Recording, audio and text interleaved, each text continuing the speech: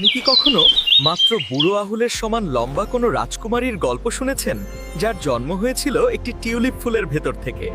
আজকের এই অসাধারণ রূপকথাটি শুরু করার আগে ভিডিওটিতে একটি লাইক দিন এবং আমাদের চ্যানেলটি সাবস্ক্রাইব করে বেল আইকনটি প্রেস করুন যাতে এমন মায়াবী গল্প আপনি মিস না করেন।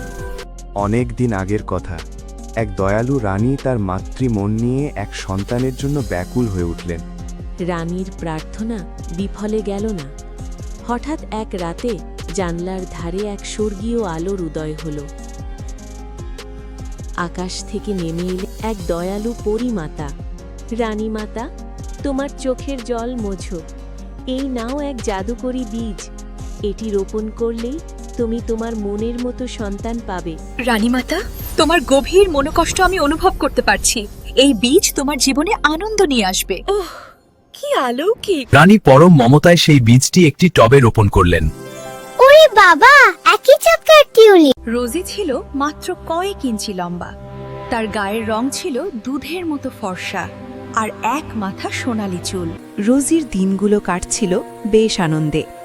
একটি পালিশ করা আখরোটের খোসা ছিল তার দোলনা, আর নীল ভায়োলেট ফুল ছিল তার নরম বিছানা।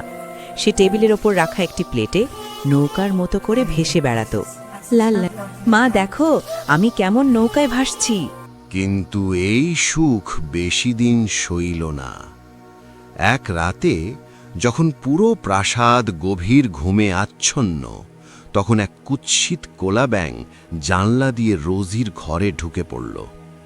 বাহ, কি চমৎকার দেখতে এই মেয়েটি! আমার ছেলের জন্য এমন সুন্দরী বউ আর হয় না, একে নিয়ে যেতে হবে। পরদিন সকালে রোজির যখন ঘুম ভাঙল, সে দেখল সে তার মায়ের কাছে নেই। ব্যাঙটি তাকে নদীর মাঝখানে একটি বিশাল পদ্মপাতার উপর বন্দি করে রেখেছে। মা, তুমি কোথায়?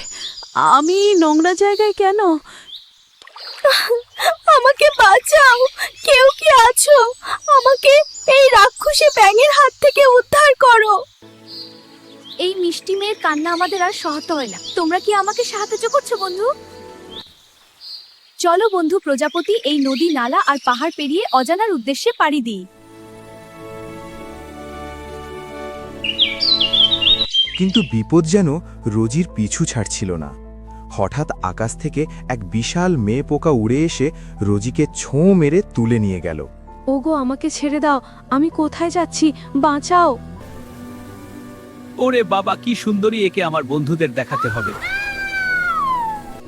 দেখো, আমি একটা রাজকন্যাকে ধরেছি। আহাম্মক, কাকে তুলে নিয়ে এসেছে? সে তো মানুষের মতো দেখতে। তুমি দেখতে খুব সুন্দর হলেও আমার বন্ধুদের তোমাকে পছন্দ হয়নি, তাই আমি তোমাকে এখানেই রেখে যাচ্ছি। পোকাটি রোজিকে একাই এক লাল ফুলের উপর ফেলে রেখে চলে গেল। কেউ কি আছো? আমাকে ভাবতে পারছি না। এখন আমি কোথায় যাব? এই বড় পৃথিবীতে আমি যে একদম একা হয়ে গেলাম। বাহ, চারপাশটা কি চমৎকার! এই ফুলগুলো কত বড়, আর শিশির বিন্দুগুলো যেন হীরের মতো জ্বলজ্বল করছে। প্রকৃতি আজ কত সুন্দর সেজেছে। বড্ড শীত করছে। কেউ কি আছো? আমাকে একটু আশ্রয় দেবে? এসো বাচ্চা, এখানে তোমার কোনো ভয় নেই। ওহ বেচারা পাখি, আমি তোমাকে মরতে দেব না।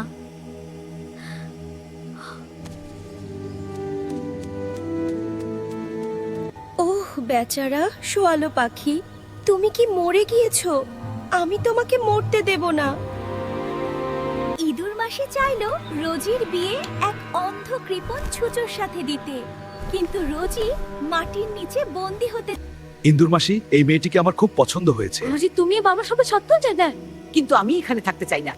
রোজি, তুমি আমার প্রাসাদে সারা জীবন সুখে থাকবে। মাটির নিচে আমাদের হবে সোনা। ও রোজি, দেখো সে কত ধনী এবং উদার। ইঁদুর মাসি চাইলো রোজির বিয়ে এক অন্ধ কৃপণ ছুঁচোর সাথে দিতে, কিন্তু রোজি মাটির নিচে বন্দী। ভয় নেই রোজি, আমি তোমাকে এক মায়াবী দেশে নিয়ে যাব। বিদায় হে সূর্য, আমাকে মাটির নিচে অন্ধকারের বন্দী হতে হবে।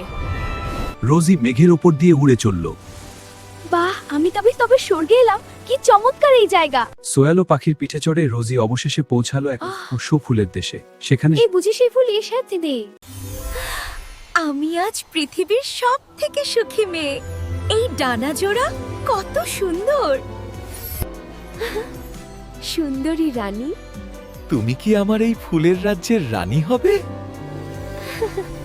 আমি আজ পৃথিবীর সব থেকে সুখী মেয়ে। এখন থেকে রোজি আর রাজপুত্র চিরদিন সুখে শান্তিতে বাস করতে লাগলো। A love like yours was always meant to be forever in this. A love like yours was always meant to be.